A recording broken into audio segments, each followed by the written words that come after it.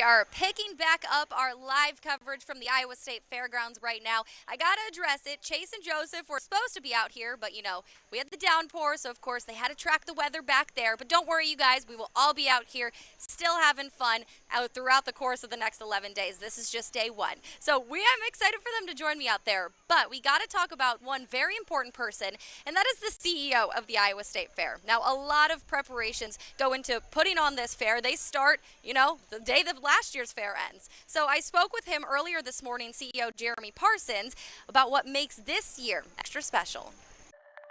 We are joined right now with the CEO of the Iowa State Fair, Jeremy Parsons, one of the many brains behind this operation out here. Thank you so much for joining us this morning. Hey, good to be with you. Yeah, you're right. From our dedicated board of directors, our 80 full-time employees, our 1,600 fair-time employees, thousands of volunteers, it's a team effort to really put the Iowa State Fair on. Absolutely. You can tell just being out here early, seeing all the people out here behind the scenes, getting the work ready. It's truly amazing to see. So tell me, day one, how are we feeling? What are we looking forward to? A little soggy start this morning, but always, knocks the dust off everything. And as always, as we tell people, if you think the parking lots might be a little soft, it's a great day to ride the DART shuttle, park downtown at the Capitol and come that way to the fair. But just a great start. Everybody's excited to get the fair started. We know in Iowa today's kind of like Christmas morning.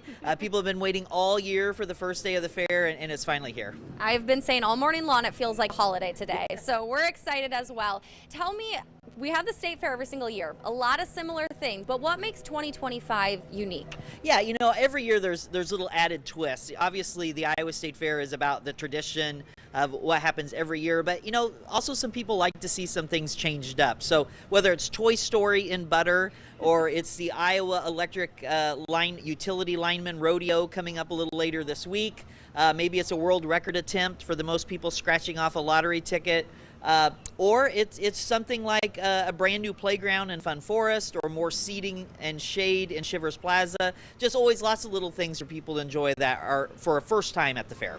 Okay, people coming out here, what is some advice that you would give them for day one, and what is something you guys are looking forward to today? Yeah, I think really for day one, again, really take advantage of that shuttle system. Again, when it does rain, it means the parking lots get a little wet, and so no need to mess with that. Just get dropped off right at gate 10 by riding one of the DART shuttles. Otherwise, I just hope people enjoy all the great food, as always. Some tremendous brand new foods this year at the fair, more than 70 of them. So get to our website, iowastatefair.org. Lots to see and do at this year's State Fair. And I got to ask about the theme, Fair, Sweet Fair. Tell me, how did we get to that and what it means? Yeah, really for us, it's kind of a spinoff of Home Sweet Home, right? Yeah. Everybody loves to come home. And so we decided to say, how about Fair, Sweet Fair? Because we know Iowans have such fond memories of this place. So many families spend time here together every year. And so it really is Fair, Sweet Fair. And on top of that, a lot of sweet food to eat, too. The sweet food is one of my favorite parts, so you can't get that wrong. Okay, a lot of planning has gone up to this week. Tell me what the past year has looked like for you guys. I'm sure you guys start planning the day after the 2024 fair ends, so tell me what it's looked like for you guys. Really in some ways it is an 18-month process. When you look at what we're doing with our grandstand concerts, those are booked about 18 months in advance, but overall, just looking at the fair, it starts that very next day. In fact, we do quite a bit of recap right after the fair, then immediately begin moving forward with the next year's plans. Okay, so for this year, I got to ask you, what's your favorite part? What are you most excited about? Always a good question. I think just the opportunity for me, it's just about seeing Iowans coming out here and enjoying a day at the State Fair. Whatever that day looks like for them. Maybe it's the livestock barns, maybe it's the cultural center, maybe it's a grandstand concert. Just seeing people out enjoying the fair is really what I look forward to each year.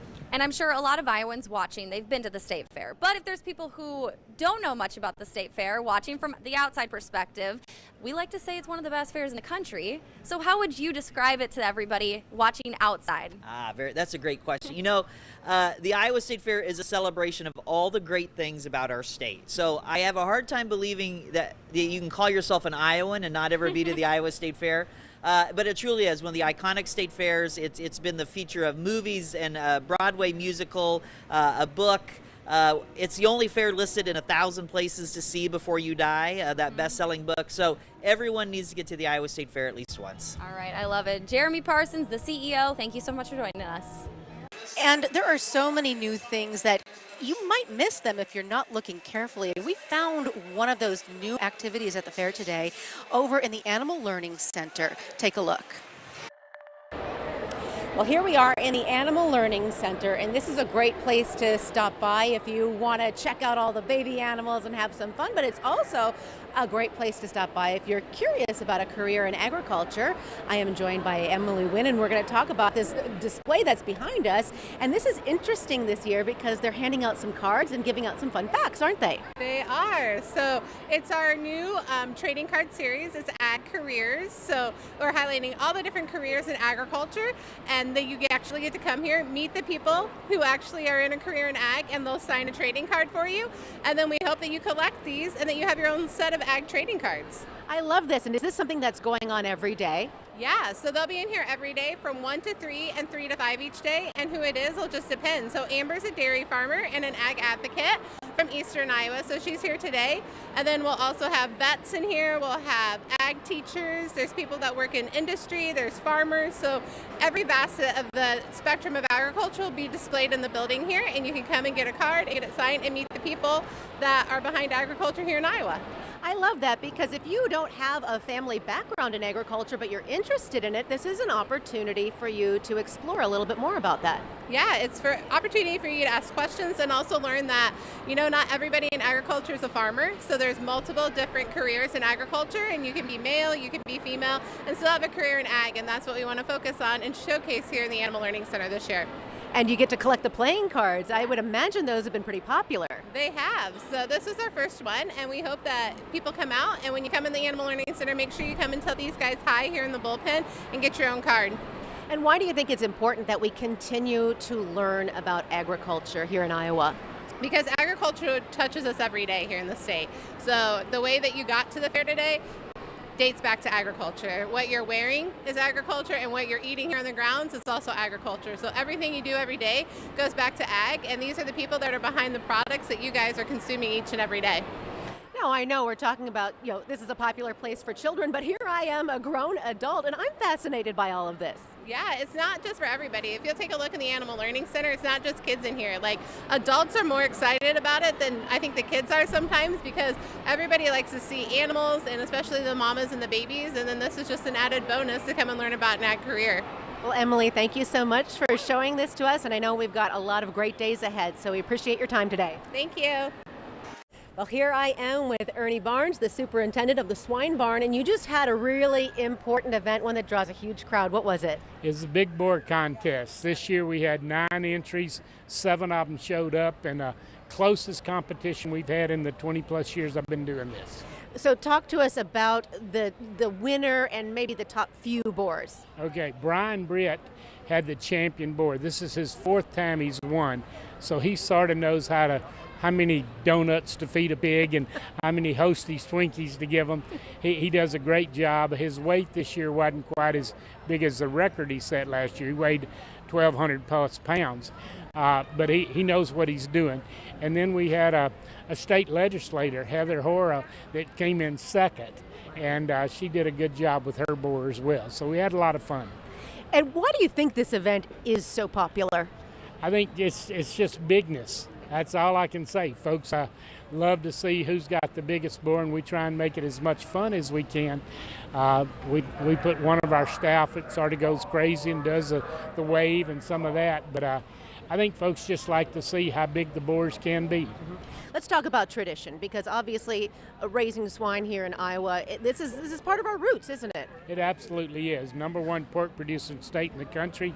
27% of the hogs in America are raised right here in Iowa. So folks come to the Swine Barn to see the big boar, to come to see their grandkids show pigs. Folks love it. We've got 1,000 pigs in the barn now. We'll turn it over Friday night, and 4-H will come in. We'll have 1,500 hogs. Then Saturday we change again and have another 500. So this hog barn is busy throughout the fair. And this story gets around the world. People around the world see the big boar every single year. So what would you like people outside of Iowa to know about it? I'd love to let them come and just enjoy the entire state fair. I mean, we can show them the big boar, but A lot of them never seen a butter cow. You know, all the things we have going on, and Jeremy and Mindy and the whole Iowa State Fair staff do such a super job of letting folks know. And, you know, what is it? One of the top 10 things to do in the world. We like to brag that we've got the biggest boar contest because the Texas State Fair calls us, they let us have your boar. So we do something bigger than Texas, so that's fun. I love that. And I'd say we're number one, right? Let's just say we're number one state fair. So people are coming through, they can see the big boar now and just take it in for themselves, right? That's right. The lines will get long. Sometimes they're wrapped clear out here, but we love for people to come and take a look at them and make all kind of gestures at the big boar. So we have a lot of fun with it. And then walk through and see the other exhibits because we got a lot of hardworking families here with their animals as well. That's true. We've got parents and grandparents helping young people, and the FFA show's really just getting started today. They'll show all day tomorrow. So some of these kids have been working on these projects since February, March, April. So this is a culmination of their summer. Good times to be had. Ernie, thank you for your time today. We appreciate it. Absolutely. Thanks for being at the fair. Everybody else, come on out. I'm joined right now with James Romer, the Director of Vendor Services and Thrill Parks. You get all the fun kind of here at the Iowa State Fair. James, thanks for being with us today. Well, thank you, Dana. And yes, that's what we do all year long is try to come up with ways to make our department better and make a better experience for all of our guests coming to the Iowa State Fair. I love it. Okay, tell me about the work that you kind of do behind the scenes all throughout the year to lead up to this week. So there are 4 of us in vendor services and thrill parks that are responsible for different areas. Food, rides, games, attractions, merchandise vendors, commercial vendors, and even the Barksdale cookie operation. That's all part of the department. So, and really, it's for me, it's like searching for that perfect Christmas gift.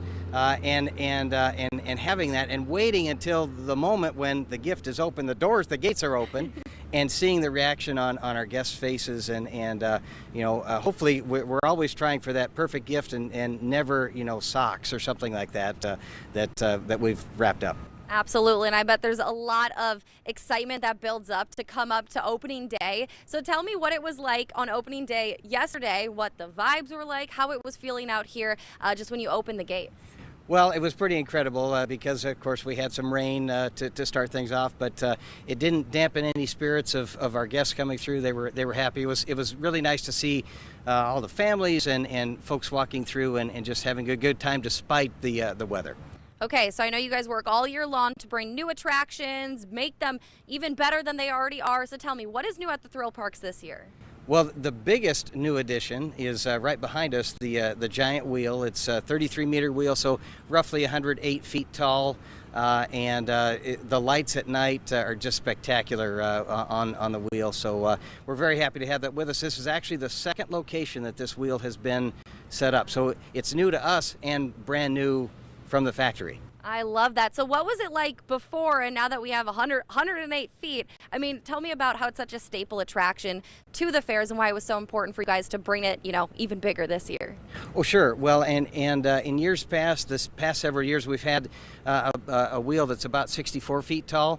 Very nice wheel, but when you've got something this big, it really does make an impact on the whole grounds. You went from 64 feet to 108 feet. Yes. Well, and that's always been a goal since I started in this position in 2022, and it's always been a goal to get a wheel like this back to the fair. It was with us, one like it, starting in 2017 when we went to an independent format, but not since 2021 have we had a wheel like this. I bet a lot of people are very impressed with you that you brought this back. It's a big attraction. Okay, tell me about, you've been in here since 2022. I'm sure it has grown over the years. Tell me about what makes 2025 unique. Well, it's always about making things better and finding new vendors, finding new rides and games, and each year of the fair presents certain challenges, and then we have the rest of the year until the next fair to come up with ways to mitigate those challenges and make it better. And then 11 days to execute the plan and see, did we make it, did we get closer, or is it back to the drawing board to try to figure out a way to make whatever it was better. A lot of work goes into this, so to wrap it all up, tell me, what do you want people to know about the thrill parks to kind of tell them, come on out here, what can they expect when they're coming? Well, bring your enthusiasm and just be ready to have a great time with and enjoying the rides and the food and games that we have to offer here. It's second to none. A lot of fun to be had out here. All right, James, thank you so much for being with us today. Thanks, Dana. Now, with plenty of exhibits to check out, our Megan McPherson is taking us inside a favorite for fairgoers. That's the Avenue of the Breeds. Megan, what can people find out there? Yeah, Dana, there are animals all over the fairgrounds, but here at the Avenue of Breeds, this is one place where you can come and see animals of all kinds. 64 breeds, about 93 animals, including one right here. We've got Boogie, the miniature horse, with us this morning. He is the miniature horse of JC. She's one of the students with North Polk FFA who is responsible for taking care of all the animals in here. They're all from different breeders, but you guys are tasked with keeping up with these animals and taking care of them during the fair. JC, tell us about what the Avenue of Breeds is for people that might not be familiar and what they can see here. The Avenue of Breeds is a showcase of different breeds commonly seen throughout Iowa.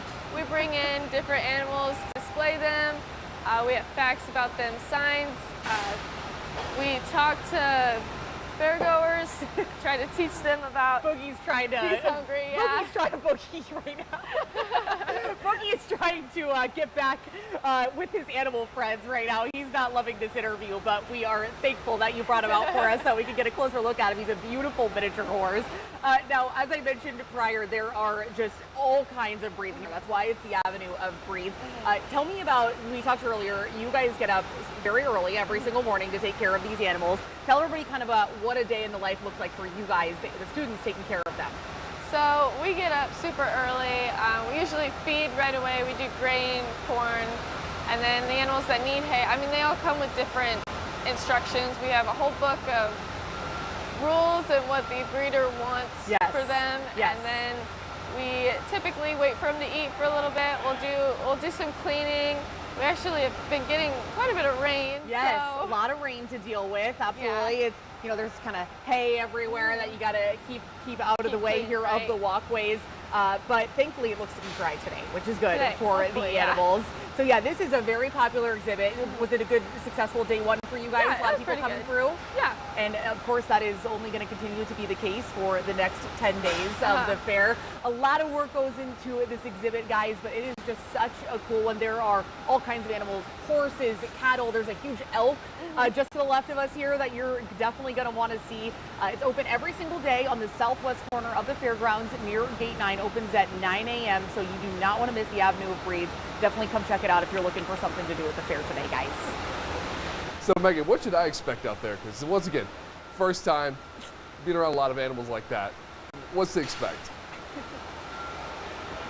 I would say, Chase, just be open to all the new things that you're going to see and hear and experience. We know that the fair is really a showcase of the best that Iowa has to offer, and these animals are the best that Iowa has to offer. Of course, raising animals, raising cattle and livestock is a huge part of Iowa culture, I would say. And so definitely something that, we got one of the horses right next to us making some noise this morning. But I would say, yes, just be open to coming and seeing the animals. Of course, a lot of us, don't get to see animals, beautiful animals like this on a daily basis. So it's one of my favorite parts of coming to the fair is getting to learn more about all of the work that goes into raising farm animals and also kind of how they all play into our agricultural system. Fairgoers have the chance to see plenty of cool sculptures and amazing works of art, but how about a blast to the past with some retro vehicles? I spoke with Gary Polland of Concrete Cruisers to get some insight into some beautiful vintage cars that were on display today. Well, here at the State Fairgrounds on the Grand Concourse, it's such a treat. We have some beautiful cars. Gary Polland is here to talk to us about all these classic automobiles. Thank you for talking to us today. No, you're welcome. What a sight. Tell us about these cars. Group of guys, car people, of course. The main group's the Concrete Cruisers, and we probably try to bring in a big variety of cars, from the 40s, maybe. Well, mine down here is this one here is a 34, so then we probably go up to around 2,000, something like that for the year. So a good variety. I have a lot of people come back year after year and they say you're just like the butter cow. We love coming and seeing the cars every year, so yeah. It's an iconic moment at the State Fair to see these cars. Yeah. We're kind of, like I said, like the butter cow. We're a relic here anymore. I've been doing this for 37 years now, so. And what do you think it is about these cars that people so look forward to seeing? Oh, I think it brings back memories when maybe they were a kid, and stuff that their dads drove or whatever. Yeah, kind of remembering the past a little bit. I have a lot of people say, well, I used to have one of these, but it was blue, it was black, but it was just exactly like this, but, It's the nostalgia. Yeah, it is. Yeah. And the car people, it's still a big deal. I mean, there's car events about every night of the week, and then car shows every weekend. So it's a big following. Well, and I've noticed this. There are really young people too that are looking at these cars and very interested. Yeah, and then we had the good guys here this year over the 4th of July weekend, and they brought in 5,500 cars. So that's something. So this is a generational thing. People are passing this down through their families. Yeah, there is. It's all a family event. It is. And as we're celebrating our heritage here at the Iowa State Fair with everything that's important to Iowans, where do cars fit into that? Part of the heritage. Yeah. What do they mean to you personally? I've been doing this ever since I was a teenager. Started out with model cars. Well, first with Dad, messing around with him with cars, and then building model cars, and then as you got older, got into them, the regular ones, Yeah. So, and it's a family deal. I got my boy here, and his in-laws are here, and we're all car people, So, yeah. Well, all you have to do is walk down the line, you see these cars shining in the sun, and you see the love that goes into them. Yeah, there's been a lot of work and money and time involved in them. Yep. Well, thank you so much for taking your time today, sharing this with all of us out here. Okay, you're welcome. Thank you, too.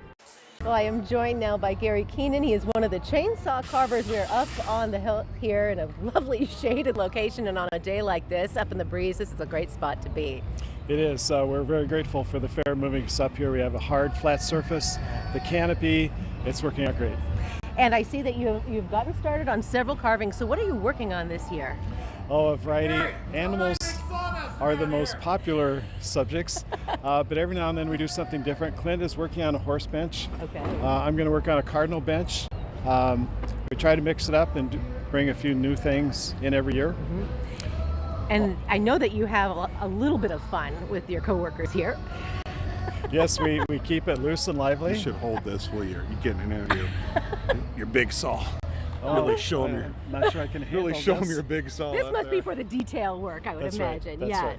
So chainsaw carving, I think people are fascinated by that because most people can't even operate a chainsaw, but you all are making pieces of art. You gotta hold here it with up. this. Hold it up high. They want to see that on camera. They're probably getting it. There you go. Like You that. guys are going to have a lot of editing to do. But we have a certain ability to see it in our minds. Okay. It's called aphantasia. Mm-hmm. And there's different levels of aphantasia, but it's easy for me to visualize it in my mind and cut away. And I didn't understand for a long time why people didn't understand that. Yeah. They said they couldn't, turn a log into firewood, really. And I said, it's easy, just visualize it and cut away. So we make the most of that, and people enjoy watching it. And how often can people stop by and see you doing this? Are you working throughout the fair? Well, there's scheduled shows at 10, 12, 3:30, and 5:30 daily. But with three of us now, we're working most of the day. We take occasional breaks and have to put up with TJ. Yeah. So that you have to take a break. Yes. Is what you're saying. Yes, we need a break. Okay. And then what do you do with the pieces when you're done with them? Well, they go to auction, and there's now 2 auctions. Half the carvings go to the cattle sale barn Sunday afternoon, 3:30 or 4, and the other half of the carvings are sold online through the Blue Ribbon Foundation's website.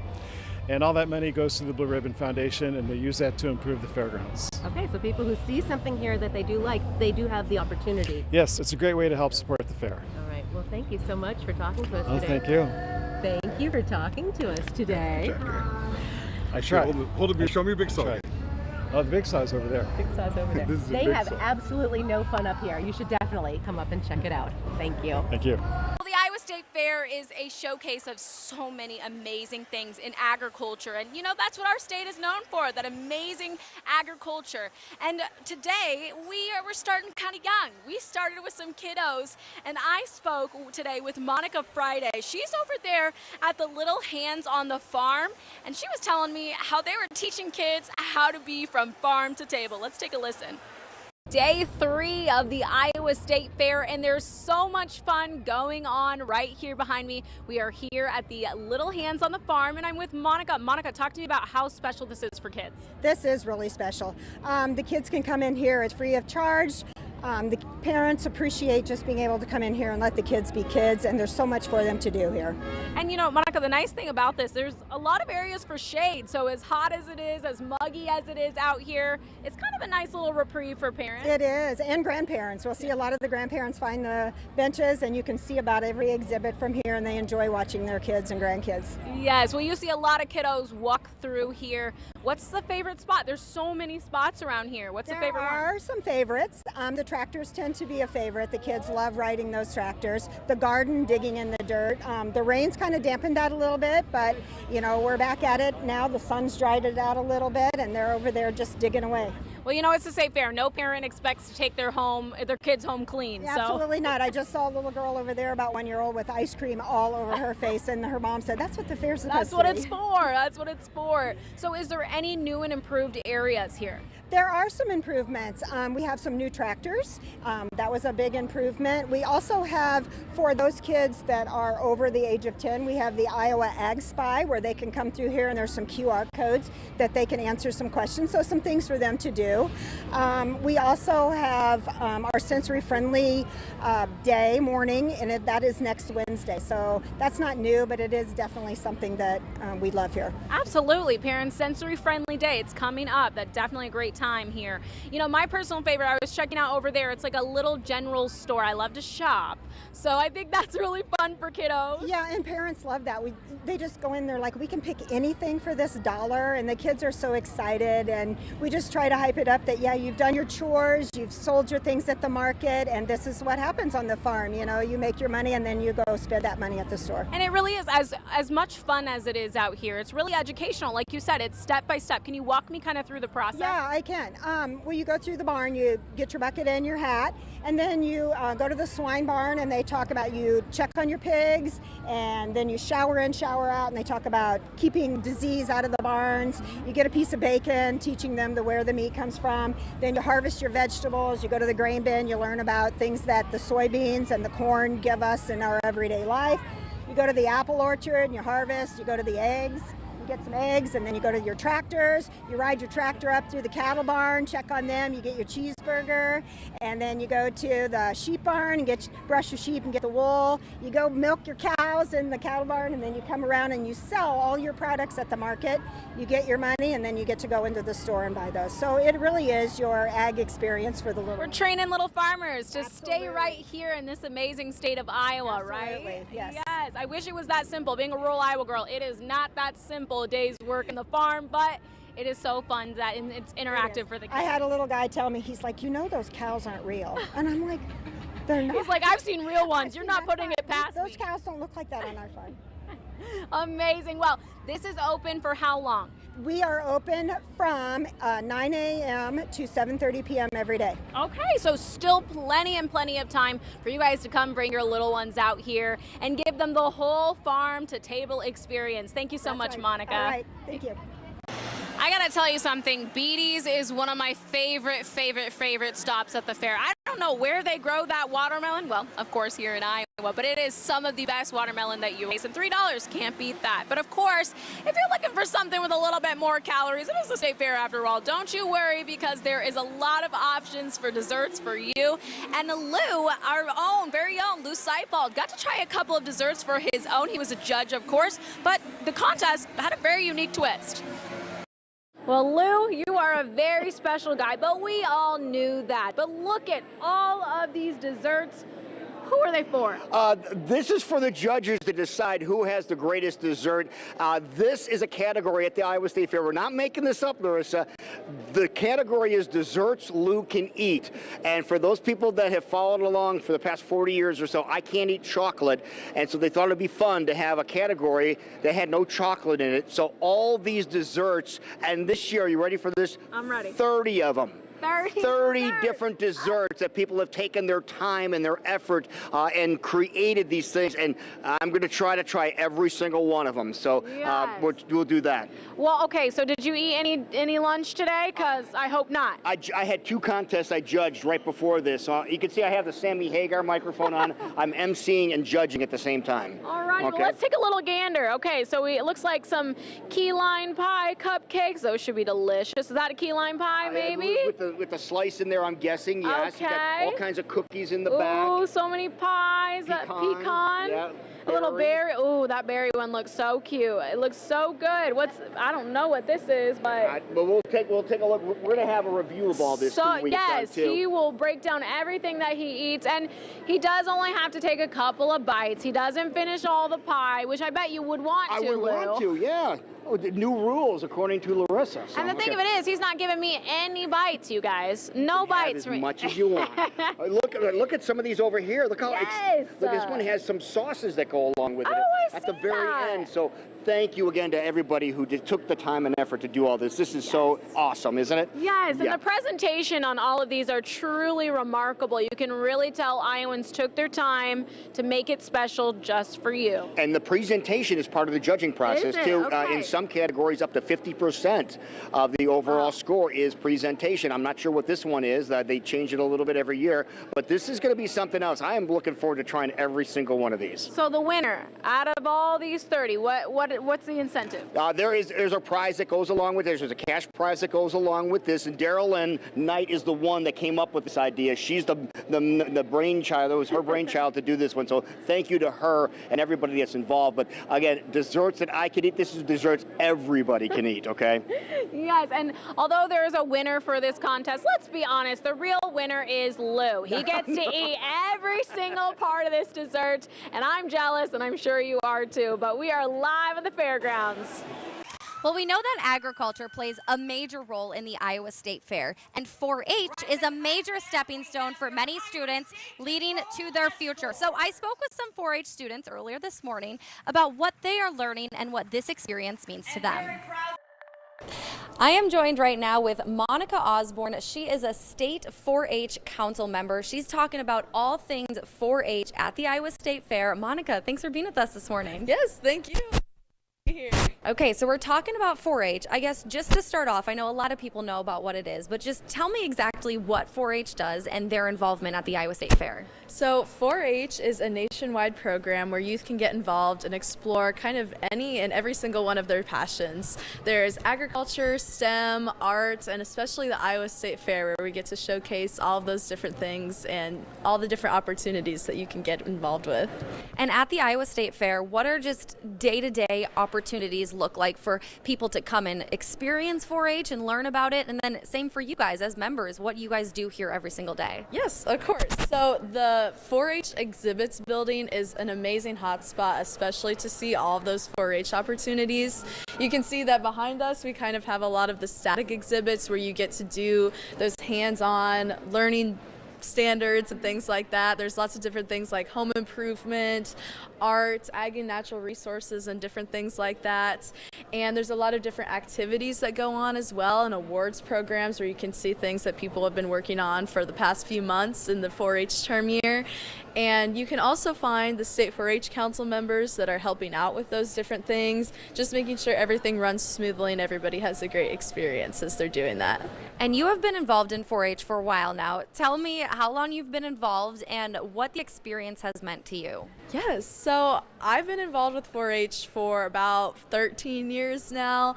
I was a Clover Bud, and now this is my final year in 4-H, and it's really just taught me so many skills that I'm going to carry with me for the rest of my life, specifically communication. 4 years ago, I wouldn't be able to sit here and talk to you like I am today. I've come out of my shell so much, gained so much confidence, and I've really grown into the person that I am today, and it's helped me a lot in life. I love the wide range of experiences that you're able to learn through this. And we got to talk about this exhibit behind us. It is your exhibit. Walk me through what we have behind us. So right here we have my photo stand that I used for my graduation party. It's made from the old wood on our old barn that we took down, so it kind of has some sentimental value as well, and some pictures of my friends, especially my 4-H friends, on here and I'll keep it forever. This is something that rounded out my 4-H career, and I love it. I love it. I know you said you made that for your graduation party too. So how cool to be able to bring that here. It's such an amazing opportunity. Okay, so for people outside of 4-H who maybe don't understand it, how would you describe the overall program to them, and maybe they're interested in getting involved? What is it like? What would you tell them to, get them excited about 4-H? 4-H is an opportunity to literally do anything. I think a lot of people have the misconception that you have to have like a market steer or live on a farm to be involved in 4-H, but you can genuinely do anything. And this building specifically is a perfect example of that. We have over 750 youth that are doing communications projects over the duration of the fair, and those topics are ranging from anything. These static exhibits are ranging from anything, and here you can really see everything that 4-H has to offer you. Tell me about what this year at the fair has stood out for you with 4-H and what makes it so unique this year.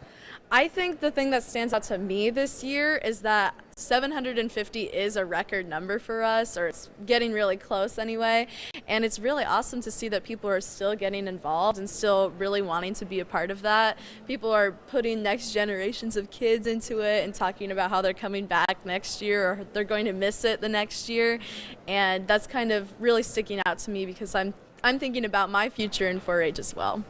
I love it. All right, Monica, any final thoughts you want to leave people with?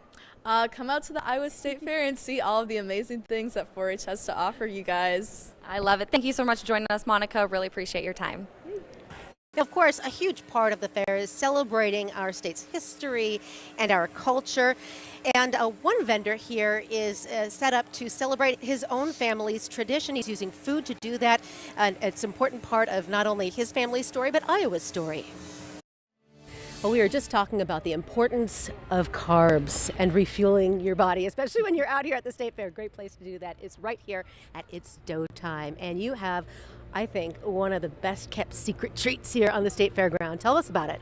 Yeah, so this is a family recipe that my mom created back in the 80s.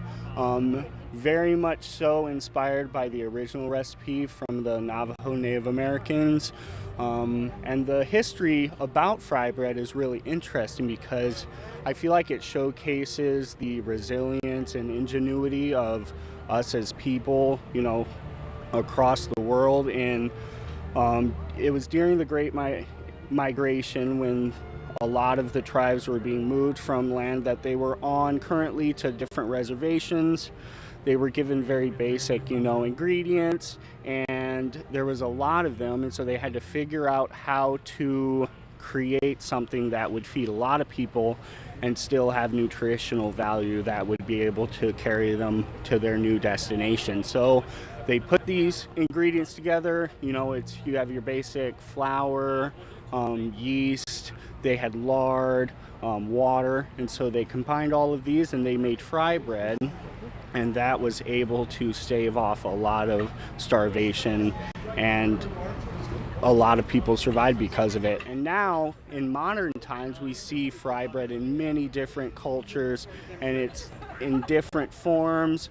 And so it was important for my mom to kind of preserve that and have a little bit of history in the food that she made. So I took on that legacy and made a little adjustments of myself, just with sizing and ingredients wise, but I wanted to make sure that I kept that tradition alive. And it's a really great historical food, and I think it shows how incredible us as people can be in the face of really hard times. Absolutely, and it's a very versatile food too, as you're showing here. Yes. You're able to present it in so many different ways. Yeah, so it is at its core, it's a savory dough, but depending on what toppings you use, you can turn it into a sweet donut or more of a soft, flat biscuit, if you will. So we have cinnamon and sugar, melted butter, honey, warm apple pie topping. We have what's called the flight bread, which gives you a chance to kind of try each one. So it comes with a plain fry bread and then in individual serving cups. You have your melted butter, cinnamon and sugar, honey, and then we throw in salsa just because, bread and salsa have been known to be pretty tasty. Yes. And that way you can kind of try each one as much as you like. It really is a comfort food, and you can tell that there's love put into this. Yes, and that was something that was passed down to me. Like I said, my mother was very passionate about making sure that the food that she feeds was not only tasty, but also had nutrition behind it, as well as, we wanted to make sure that we showcase the love and the attention that was put into every fry bread that we make here. Well, I love the story behind it, and I'm sure people at home will too. So where can they find you and come and try this? So we are located in the Mountain Man Camp in Heritage Village, and it's just east of the grandstand and east of the Susan Knapp Amphitheater. So we are just before the fire station. But yeah, I would say definitely come down. Apart from my booth, there's a really great collection of booths here in the camp. A lot of history is here. And it's kind of a return back to the core of what the fair was and still is. Come enjoy the fair, because that's what it's all about. It's a great place to sit and take a moment and really enjoy. Yes. So we have a lot of great trees, and we're lower in the ground, so if you need some shade and you want to play some old-fashioned table games, definitely come down and stop by. Love it. Thank you so much. Yes, for your thank you. Can you tell me a little bit about this display that you have here? Okay, it's the Tractor Club of Central Iowa, and we have all hit and miss engines and different antique farm equipment. I personally have a sheller collection that I show, and there's a lot of guys that have different hit and miss engines that they bring out here and show to the public, see what happened 100 years ago, and just keep it on display, keep it alive in the world. I love that. A lot of people are lined up of all ages. We've got little kids, we've got adults. Why are these engines so popular? A lot of the older people had the engines when they were small, or remember their parents or grandparents had it, so they're just interested in what happened 100 years ago. You look at a combine today, that's what it was 100 years ago. People went out and shelled corn in the morning for their chickens and their pigs, and now it's all combined to thousands of bushel an hour in the field, so keeping it alive. So a lot has changed with the farm technology. How much work goes into keeping these machines running like this? Biggest trouble is finding parts for them. Of course, they're so old that they don't manufacture replacement parts, and aftermarket people are hard to find. So you either have to find an old machine that has it on, and you use 4 or 5 for a parts machines that you can get parts to make one good one. And why do you keep doing this? Just for the love of it, I guess. Keep interesting.